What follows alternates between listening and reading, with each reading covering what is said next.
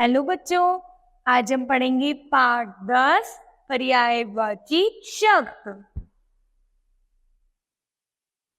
यहाँ पर जैसे चित्र दिया गया है उसमें बच्चे आपस में बातें करने, वो कहते हैं हाँ मेरी माता बहुत अच्छी है, तो दूसरे कहते हैं हाँ मेरी भी माता बहुत अच्छी है।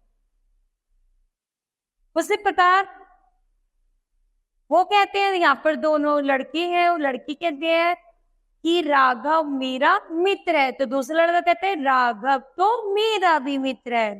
तो दोनों की बात एक है, लेकिन थोड़ा सा अर्थ अलग होने के कारण दोनों का वाक्य थोड़ा परिवर्तित है, लेकिन दोनों का अर्थ एक है। तो हम यहाँ पर पढ़ते हैं, जैसे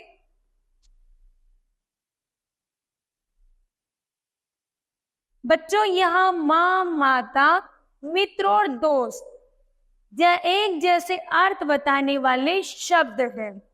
ये ना अलग अलग हैं, लेकिन इनके अर्थ समान है। इन्हें समान अर्थ वाले शब्द भी कहते हैं। जैसे परिभाषा के माध्यम समझते हैं, जो शब्द एक सा अर्थ देते हैं वही शब्द पर्यायवाची शब्द कहलाते हैं। अर्थात जब शब्द दो हो लेकिन अर्थ एक हो तो उन्हें पर्यायवाची अर्थात एक समान अर्थ वाले शब्द भी कहते हैं।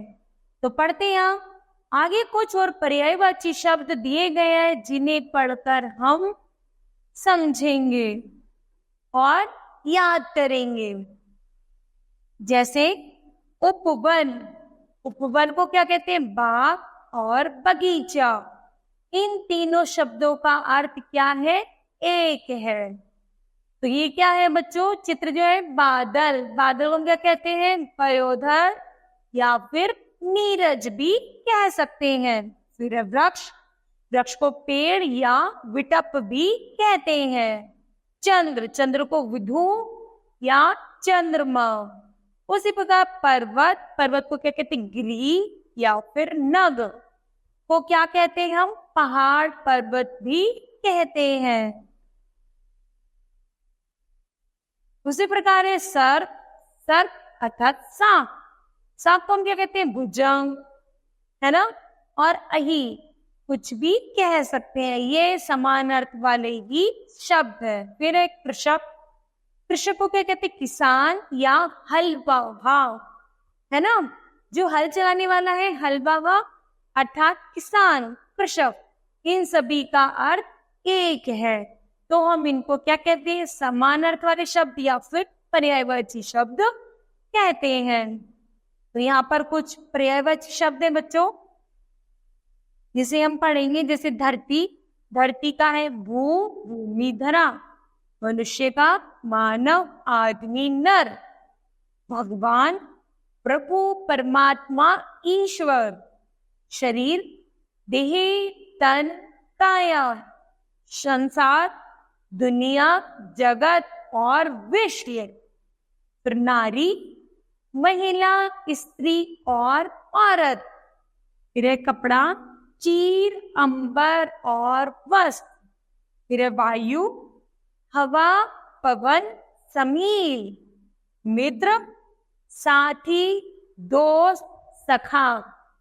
फिर माँ, माता, जननी, अम्बा।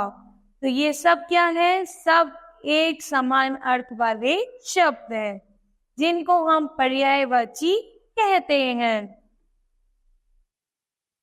फिर आगे कुछ और पर्यायवाची शब्द हैं, जिनको बच्चों आपको स्वयं पढ़ना है और याद करना है और समझना है।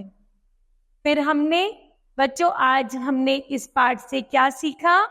तो हमने सीखा कि इसमें कुछ शब्द हैं जिनका अर्थ एक है, उसको हम समान अर्थ वाले या पर्यायवाची शब्द कहते हैं।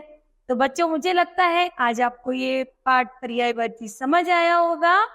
धन्यवाद।